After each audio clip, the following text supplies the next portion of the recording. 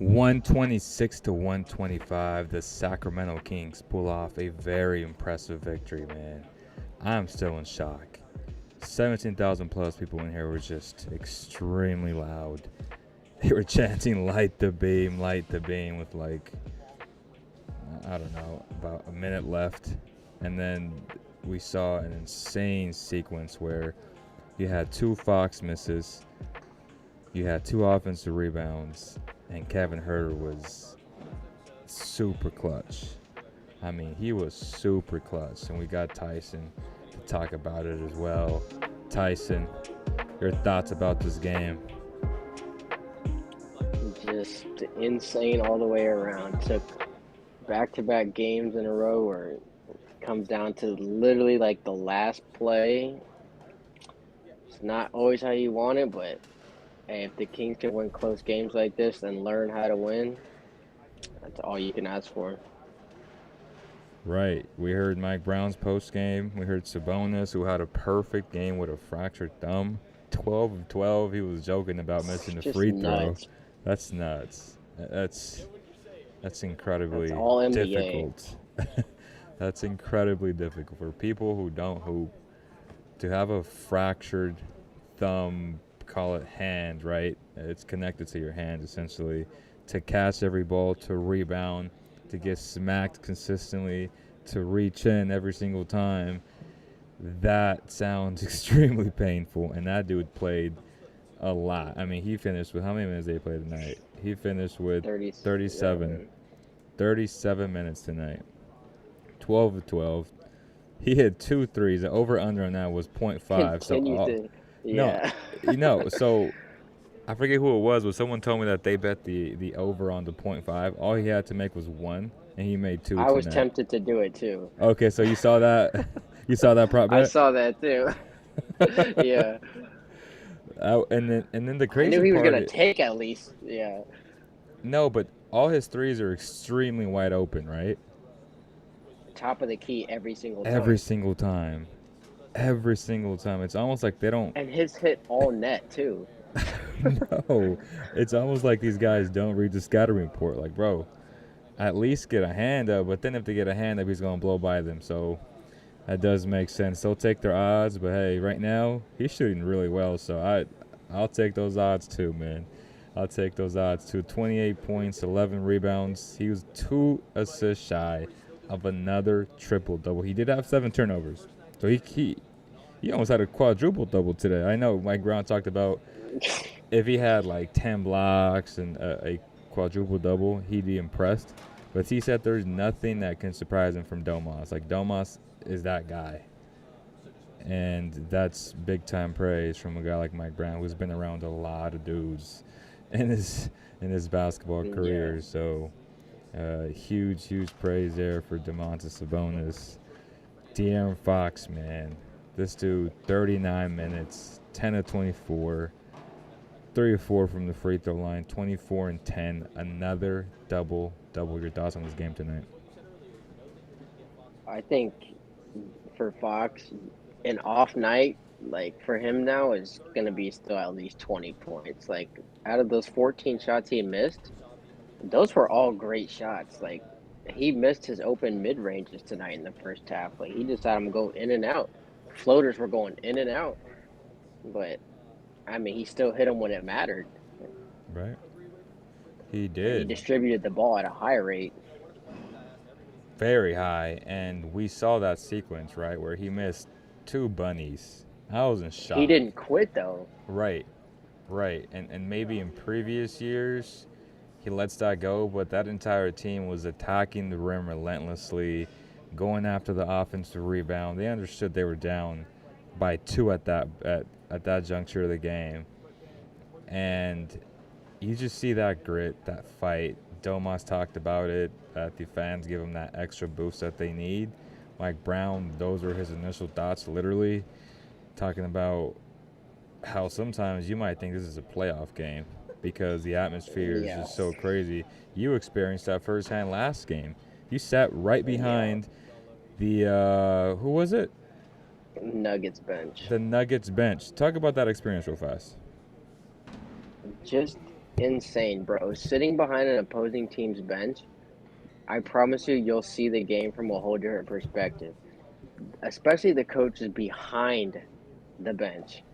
I mean, just all of the chatter of certain plays, design, film. The film is what impressed me the most. How these coaches are pulling up film from a different game, trying to get an advantage to show their player. It's just insane, man. That right there, what you just said, all these assistant coaches trying to gain an advantage, whether that be 2 games ago, 3 games ago. Hey, Sabonis likes to go left when they run this empty side pick and roll, like little things like that. And we don't think about that as fans, right? Like we're No, especially live because we get consumed by fans next to us or any little thing that happens in the game. And that's what I always say. Like, you don't really know what happened until you watch the film. And watching the film 2 or 3 times because the game is moving so fast.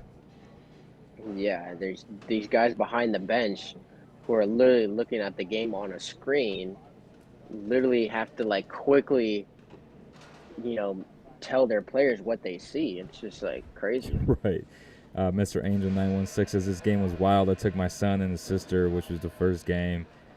It was lit, man. We had the loudest chants, and I love when people in front of me move or sit forward because we are so loud. And that's part of the experience at Golden One Center, right?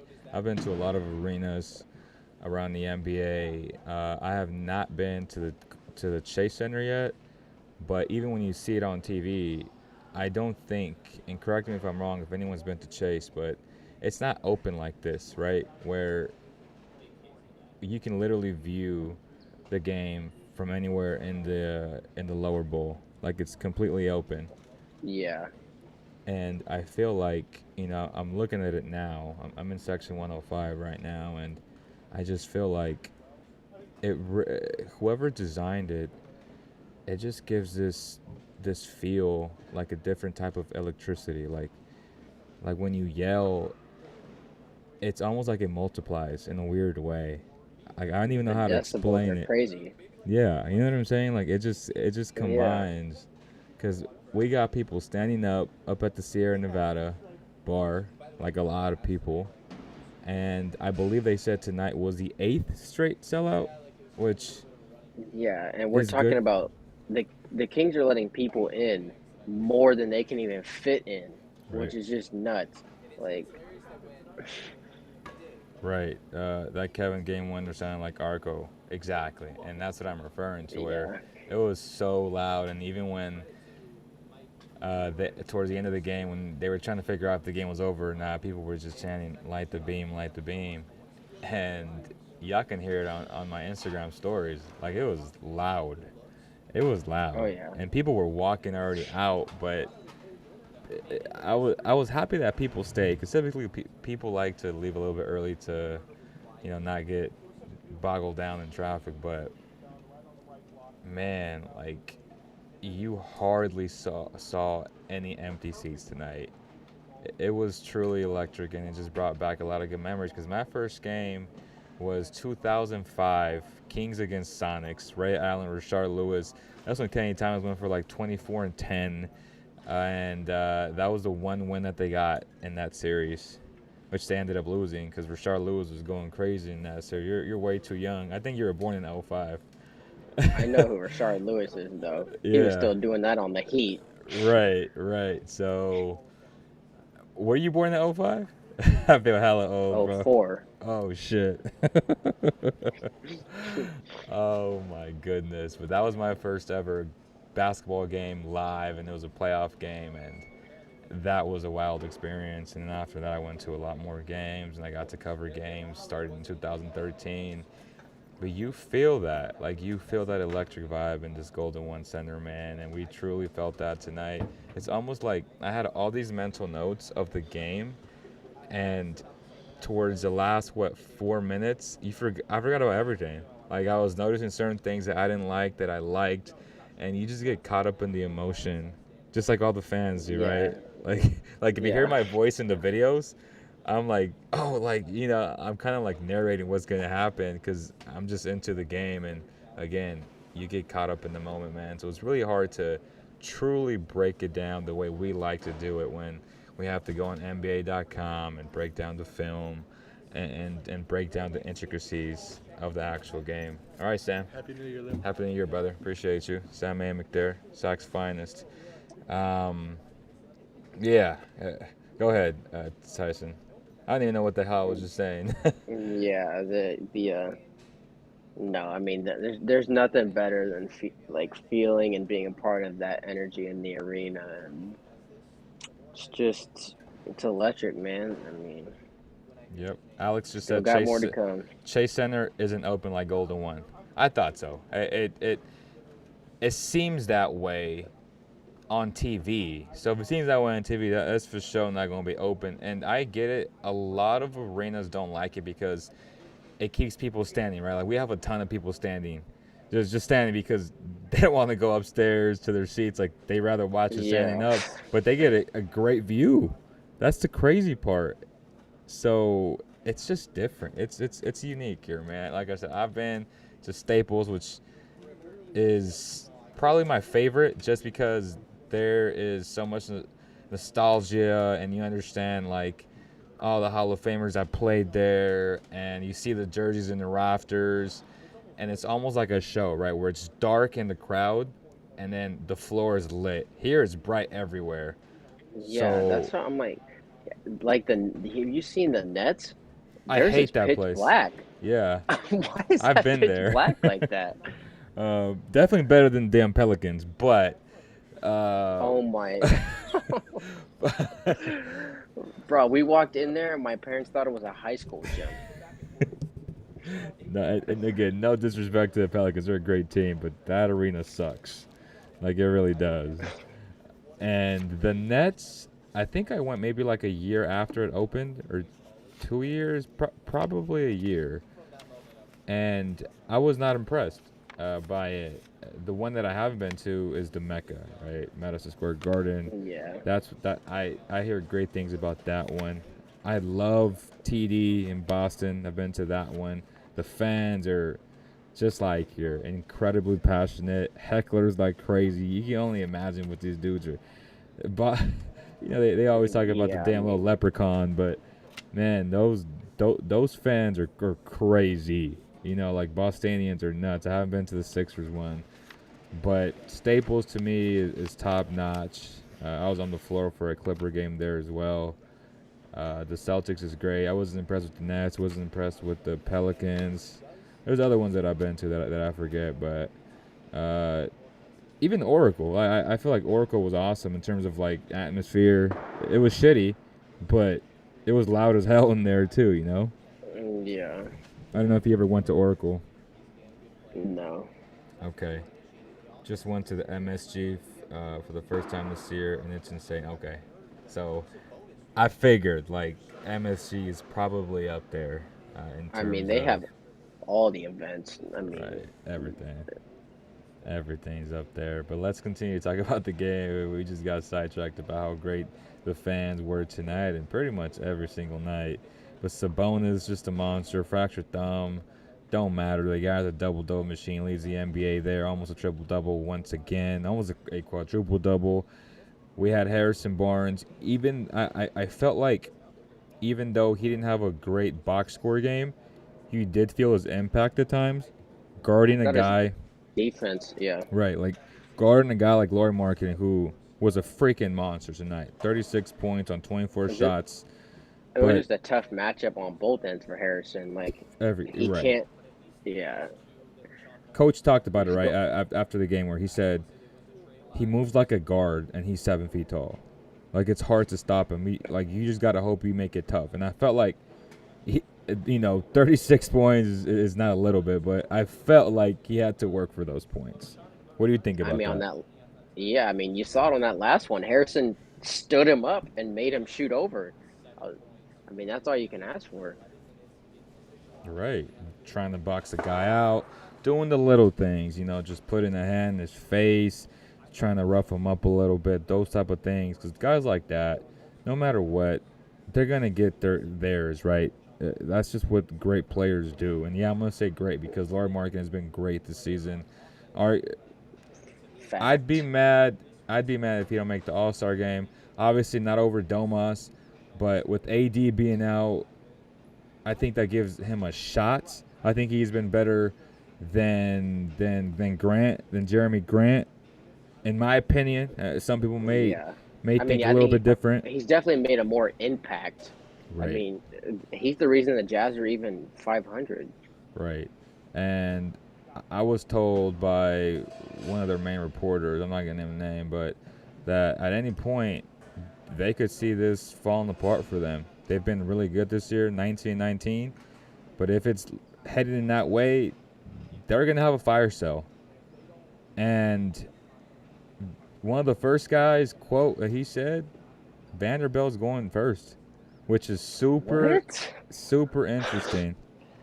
Which is That is super because insane. a lot of teams want him. A lot of teams are calling, and they're I mean, firm. They're very firm on the first round pick. yeah, Obviously, he's 23, right? He's gonna get paid. How much we don't that's a know. that that's the thing. To me, you can get him for the mid level in free agency. Mm, Mid level. You think so? I think he's. I think he's a 12 to 42 million dollar player, bro. Okay, so a short term deal at that like a Right. I mean, he just got off of a 2 year 16. So like 224 I would still somewhere. do that in a heartbeat. Somewhere in there, right? Like I'm thinking Yeah, market value. Like he's a 6'8" wing that can guard everybody. You know, exactly. tonight people are like, oh, he wasn't that impressive. I'm like, bro, he had 8 rebounds, 6 assists, and 6 points.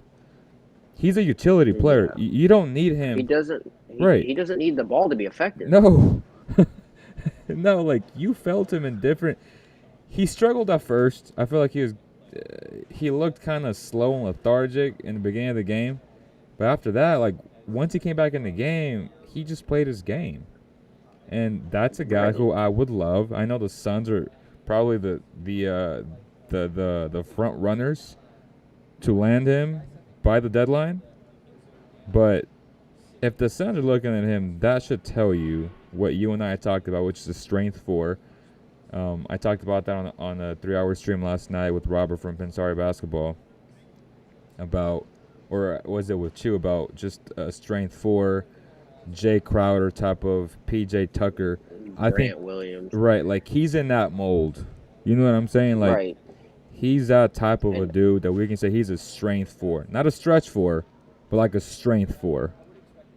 and Vanderbilt's a catch and shoot three away from being like really good. Like really good. like like $18 million good. Like Like if he hits a catch and shoot three, that takes him up to Dorian Finney-Smith's level. 100%. And I'll go a step further. I think he's a better passer Oh yeah. than Finney. Well, with Vanderbilt, he can actually play like he can, Right. DHO. Yeah. He he can Dory's more pick of a and catch and roll. shoot, sit in the corner type of guy. You know what I'm saying? Like he's He more can like pick and pop down too. right. That's what I'm saying. Like he's more of a stationary, not much like DHO's, not much. Put the ball in his hand, make a play type of guy. Like again, I love. He's elite at what he does. Right. He's like one of 3 those and D. insane 3-and-D type of guys. But yes, Vanderbilt again, 24 minutes tonight. 6 points. I'm giving them. The problem is that the Kings are tied up, right? And they have to call Atlanta. That's the only way that they would even have a close chance to land it, because Phoenix doesn't have, I believe, 2023, but they got 2024. And that's a pick that they would give up. Like the Jazz would probably accept their 2024 pick for Vanderbilt. So the Kings got to get on the damn phones and Yeah, literally, they I don't even know why they're waiting. I don't know why they're waiting, Matt. That's something that I would have already done, especially because you see how wide open the West is, right? And I, you got to get Just better. tell Atlanta take our 2024 and give us our 2023.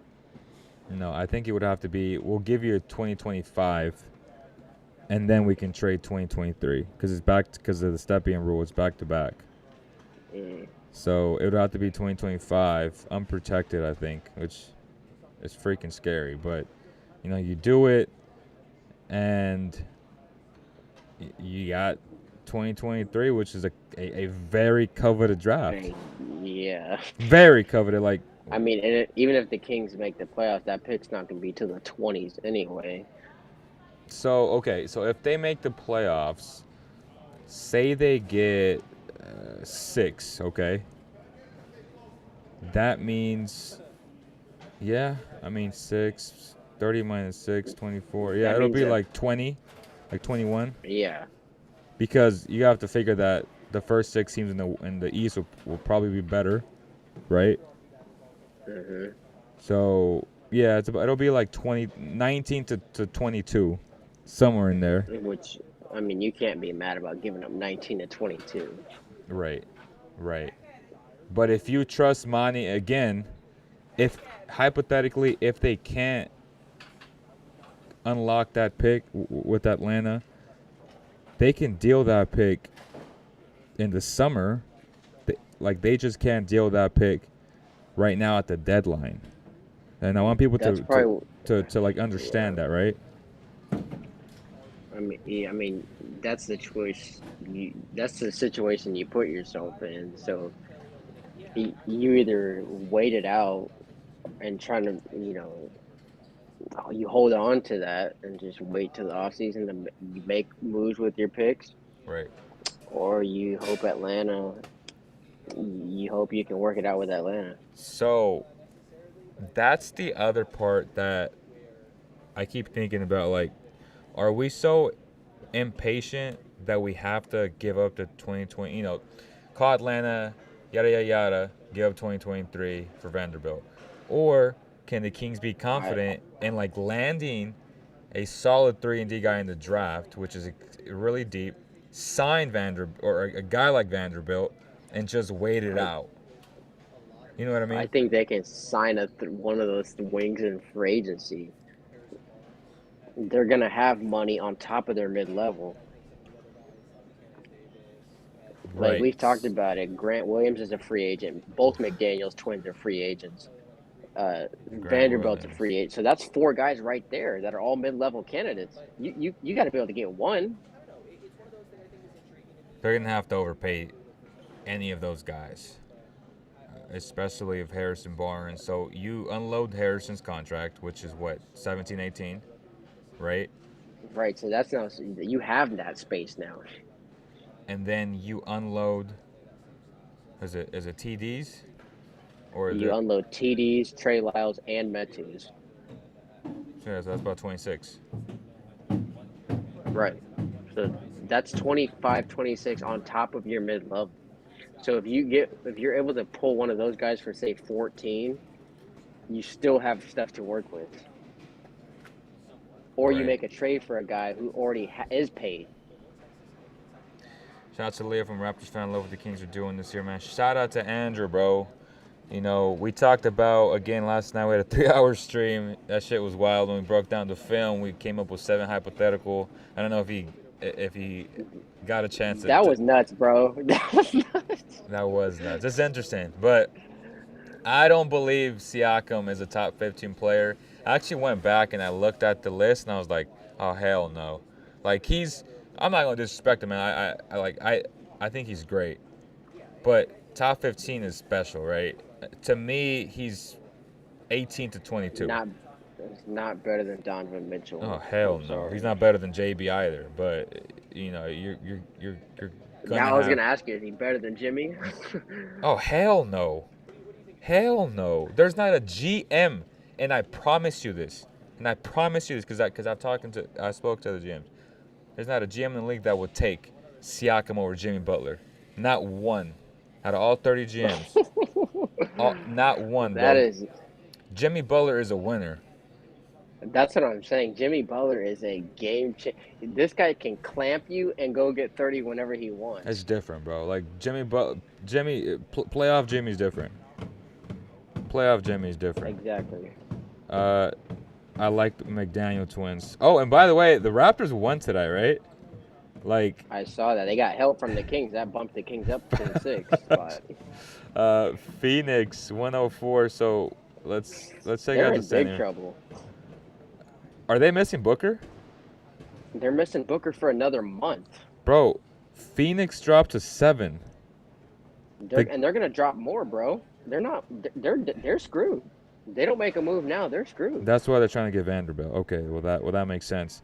The Mavericks are 6th now, and the Kings are 5th. The Mavericks on a 6-game win streak. Yeah, I told you at the gym. I said it's not like they're a lot like the Kings. Luka is different, bro. Like Luka gives that team a chance no matter what. Like no matter what we think. We also have to take into account that it's taking Wood some time to acclimate himself. I feel like he's playing a lot better as well. They should have just started him.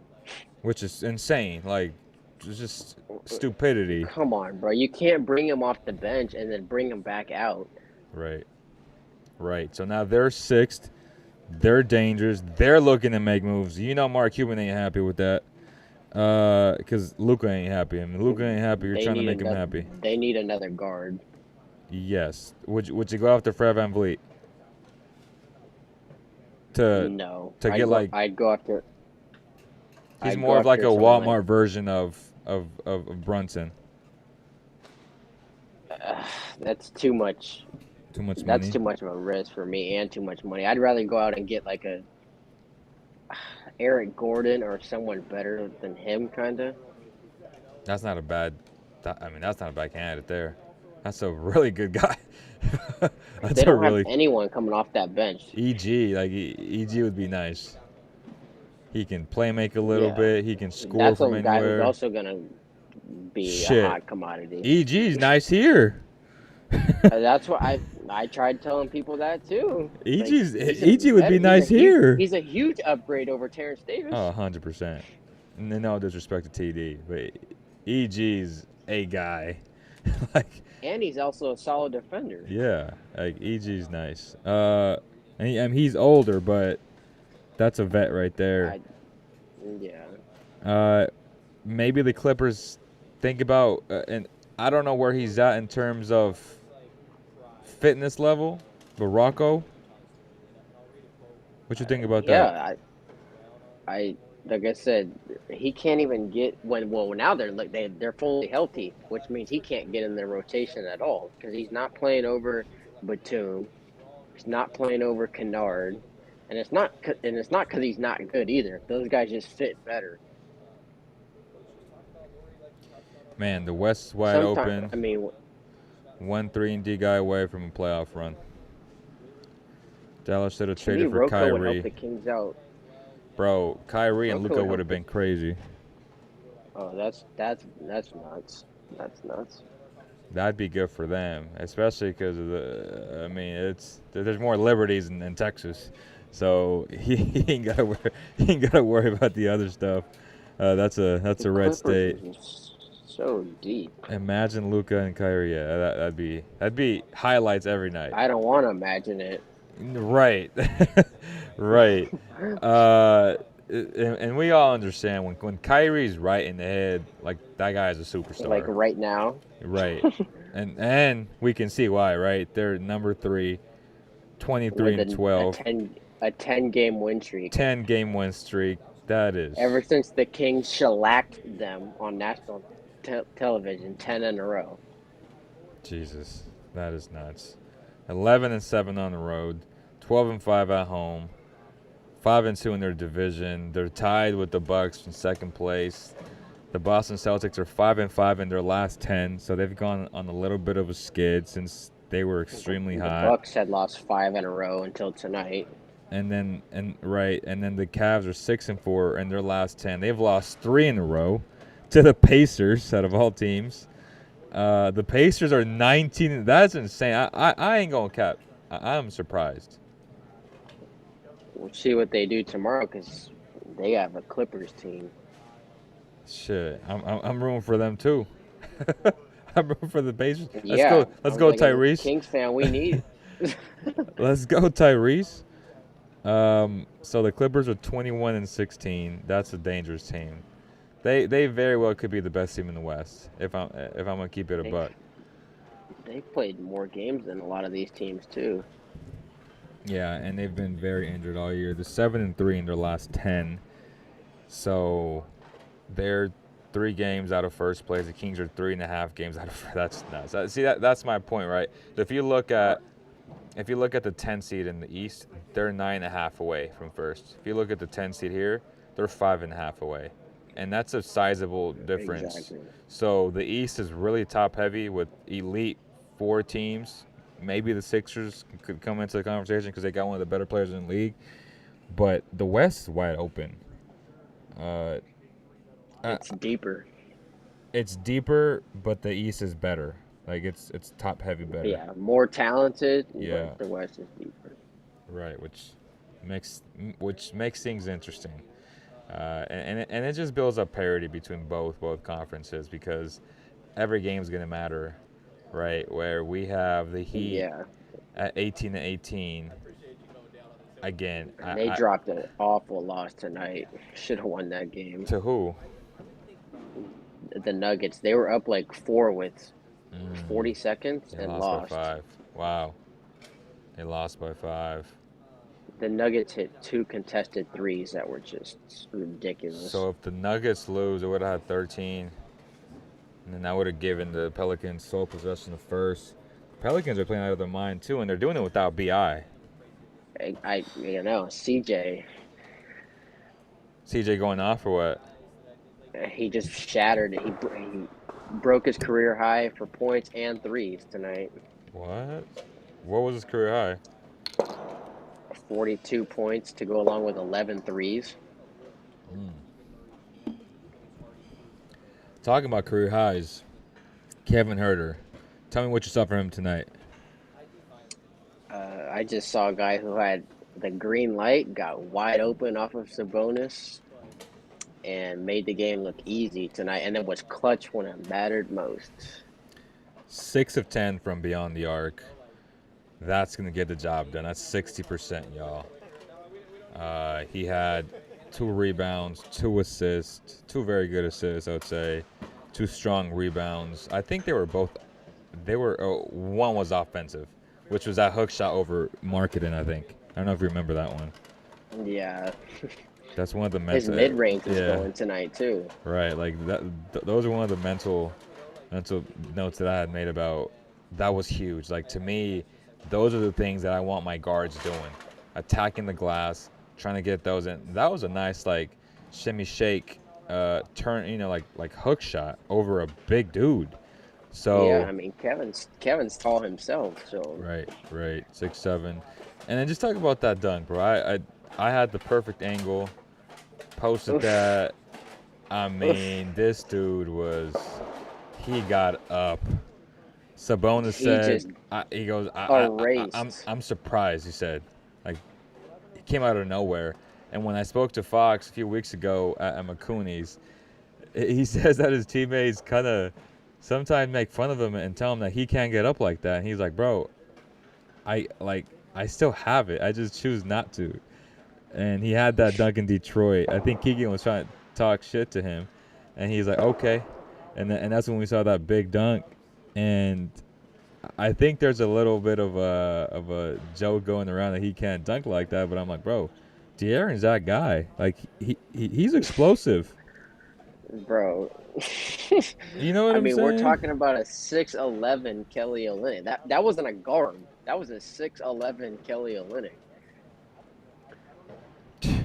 That I was mean, I, gross, I bro. I needed a highlight after Markkinen just shattered Sabonis on that one.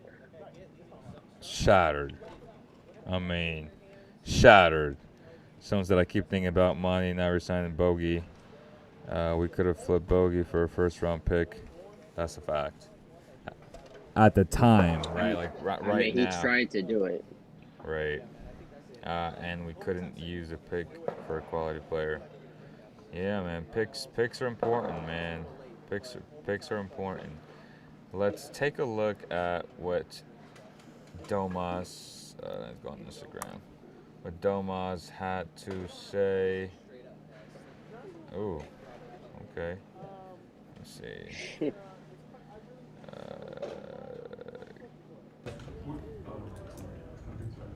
First off, just what did you just make of that atmosphere down the stretch here in the arena?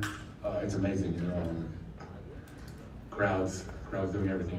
They're the ones giving us energy. The fans have been great all year, and it's only getting better and better. And then just for you guys tonight to conclude 3-3 after some clunkiness on this open stand, what does it mean to just be able to finish this 500 on the right note? It's big, we feel like we let those two games down in those two first ones. At home, we should have been a lot better, but we finished winning two really tough games. I have to ask you, about closing out these type of games. Of course, it was fantastic, remarkable. But I have to ask you, how important was it to close out a game like that at home? So they'd be asking the craziest questions. That's very important. Bro, you know the answer. There were like 4+4 or something with 2 minutes to go, and we kind of gave it away. But the fact that everybody fought on that last possession, I don't know how many guys tipped the ball out, and then Kev made that three to go up, and it just shows that we don't give up. We just keep fighting. A lot of times you could just put your head down, things are going our way, and we kept fighting. Domas, Jordy shared after Wednesday's game that you take it upon yourself a lot to push the tempo and to try and make sure the team is running. Why specifically do you take that role on as the big?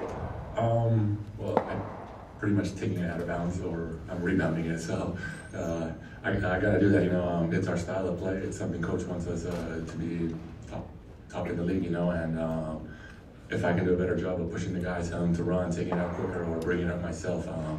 It definitely helps us. We're a really good team on the run, and the more we do that, it's really tough to stop. Domas, it's pretty hard to fathom, like you're playing with a fractured thumb and you're shooting perfect from the field. Do you notice? Yeah, 12 to 12.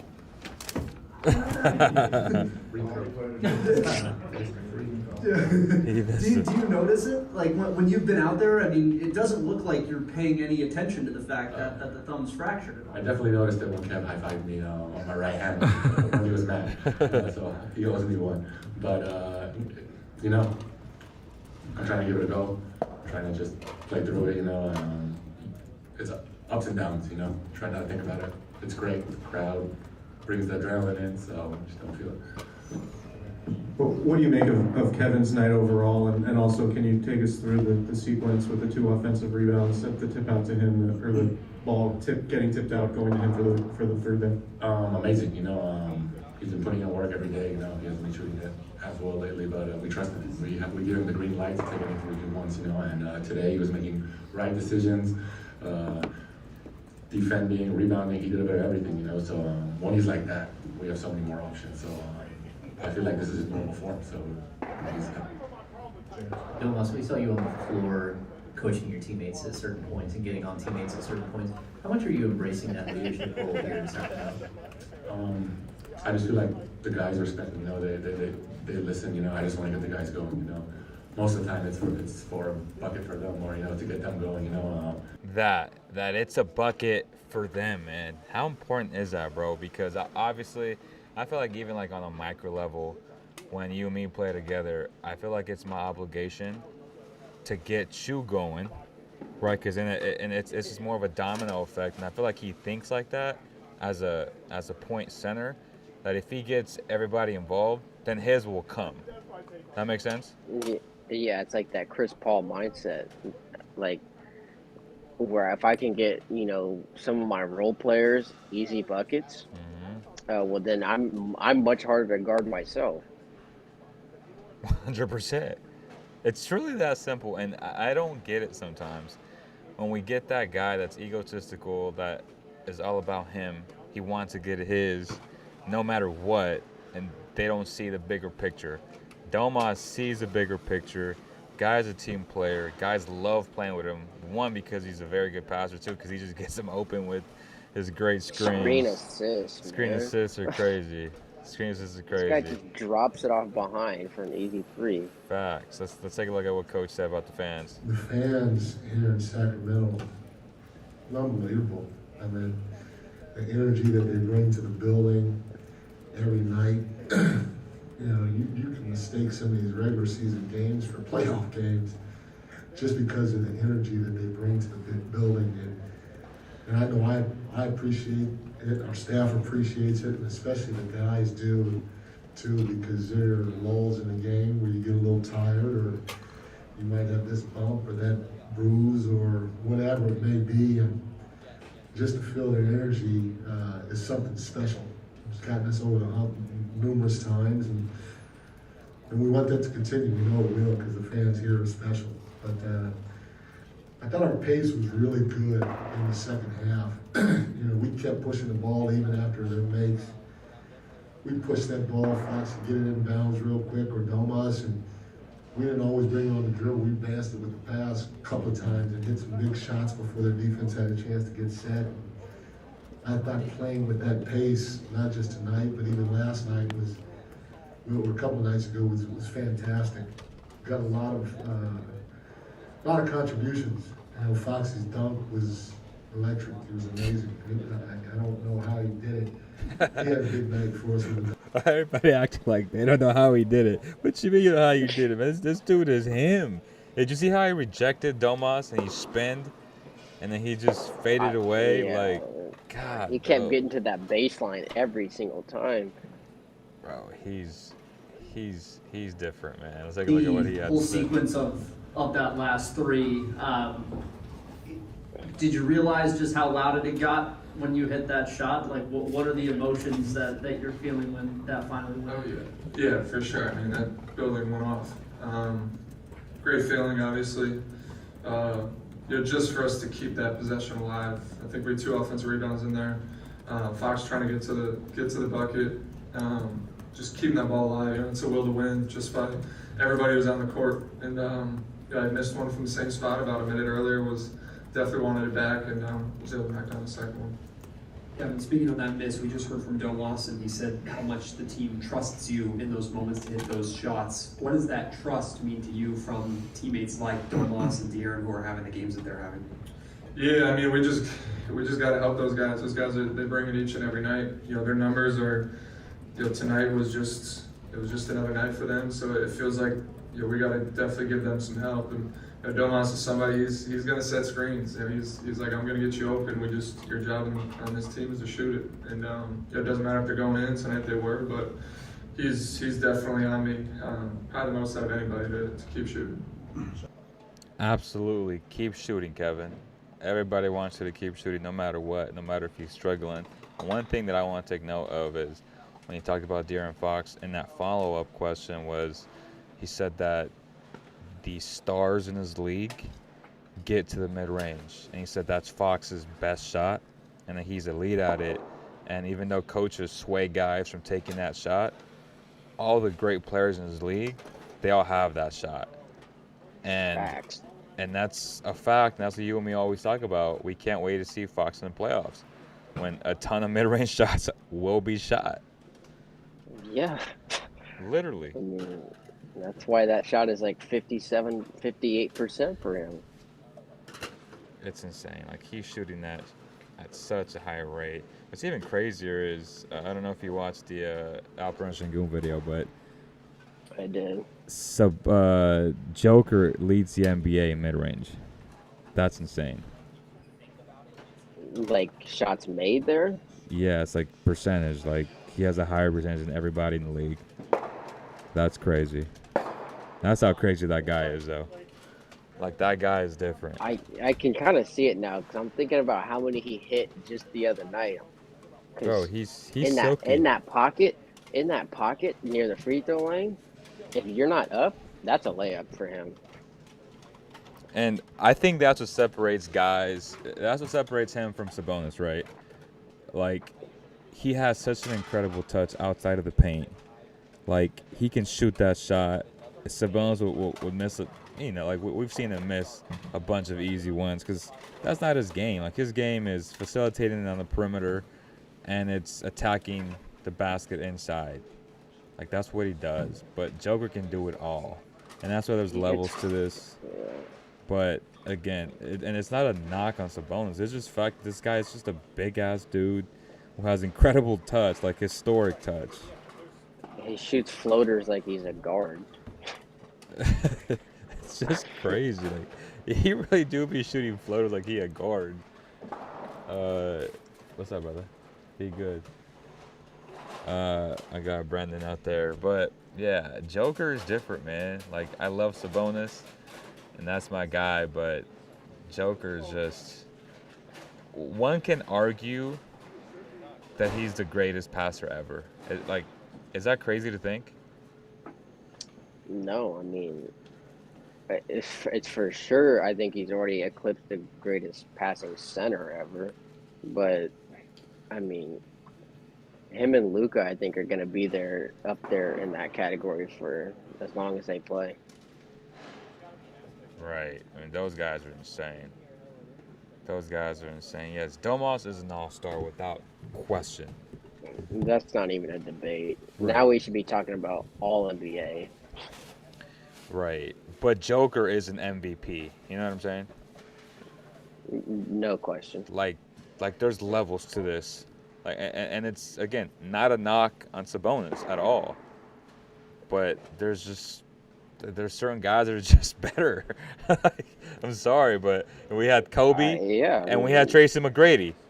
We all love T-Mac, but he won Kobe. No. You know what I'm saying? Like, yeah. Tracy was amazing. But, damn. The Kings are playing well, man. They're 4 games above now. Again, I don't want to keep saying, just imagine if they would have won against Charlotte and Washington, but that happened. You know, they beat Denver. They beat Utah. You're about to face Utah again in 3 days. That's going to be tough. Can't believe Fox dunk. Yeah. He didn't make the top 10? What? No. Like top 10 plays of tonight? I'm gonna bro. I'm walking out of the building, bro. Bro. I mean, I saw it on Sports. He didn't make it? Not even.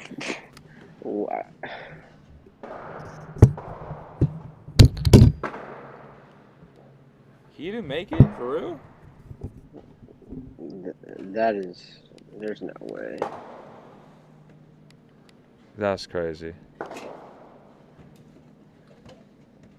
Oh my God, that's disappointing. That had to be number 1, bro. Who else had a better dunk? I know Levine had 2 tonight. Oh, really? Markkanen was probably in there. Giannis had 1 or 2 tonight.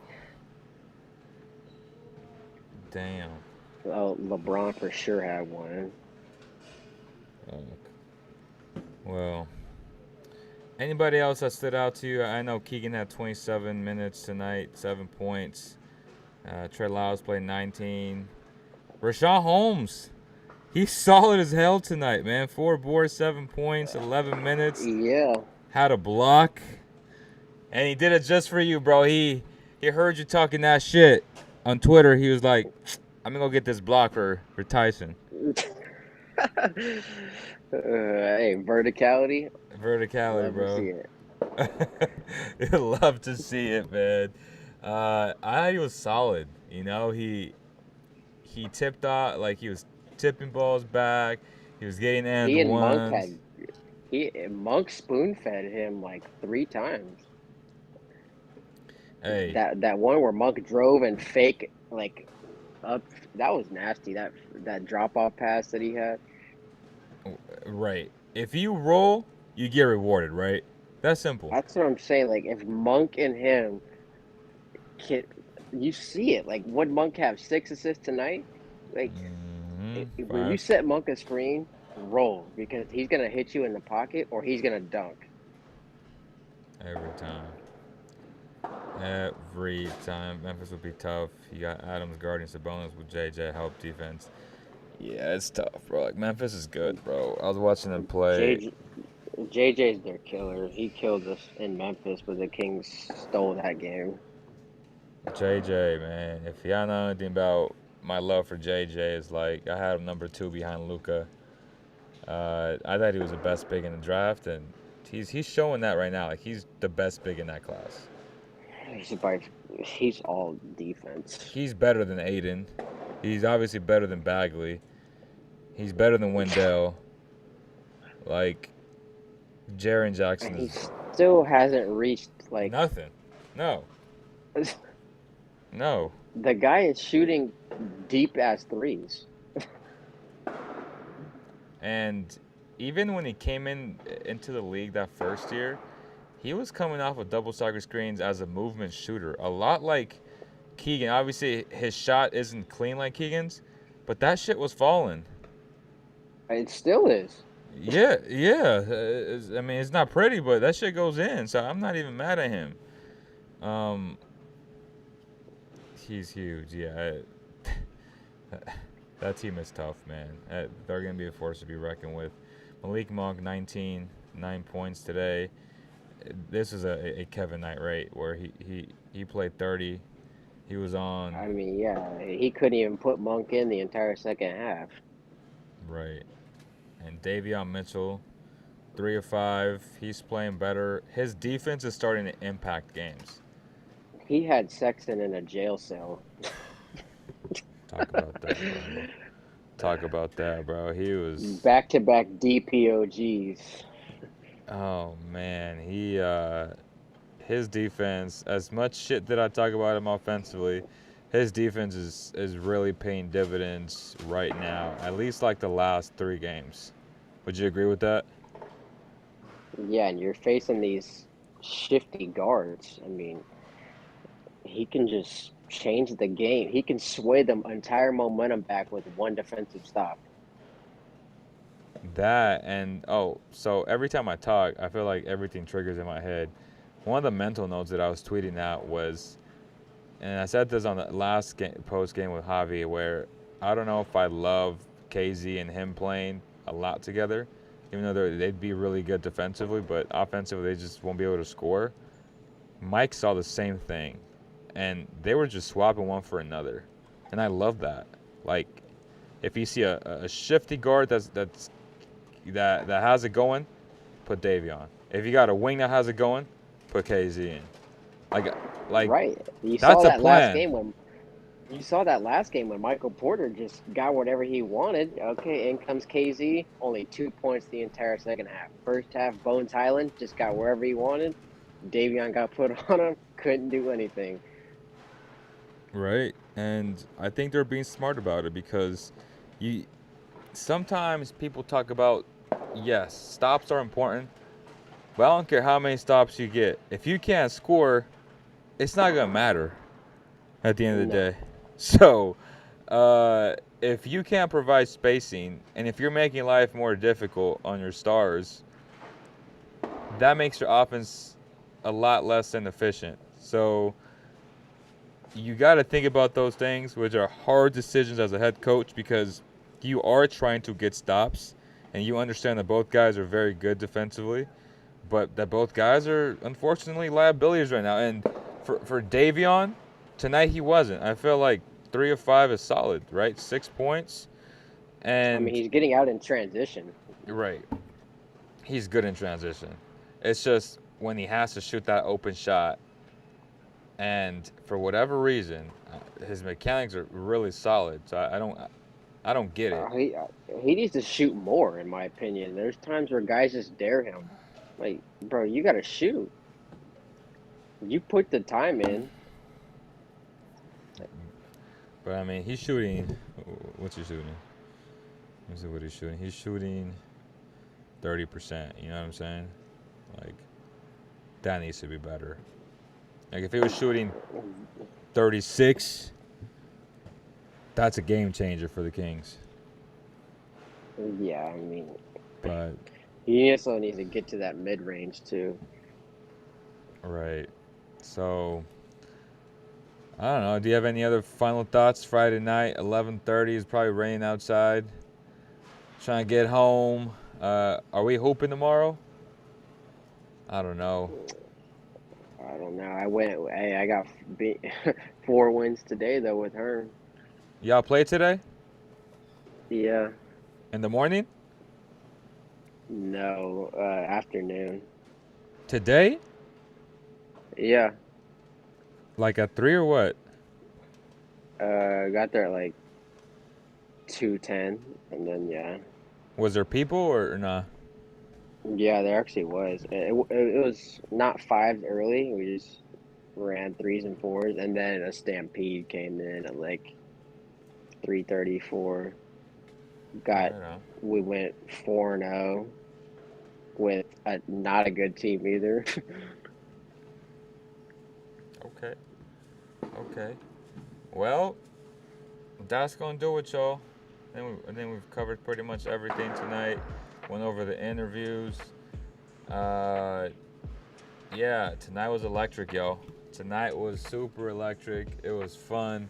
Oh, I was talking to Draper today because Draper was talking to the athletic beat writer for the Jazz, the black guy. What's his name? Eric. I forget his last name, but they're both hoopers. You know, obviously, they're older. They're both almost 50. I think one's 47, one's 45. But it's fun because all three of us, I was listening to them talk. They're going back and forth. They're from Philly, so they were talking that smack, going back and like hoopers. Like it's different. You know what I mean? Like it's different because like me and Vince be talking shit to each other, and obviously it's all fair game. It's all love, and the moment you get heated, but.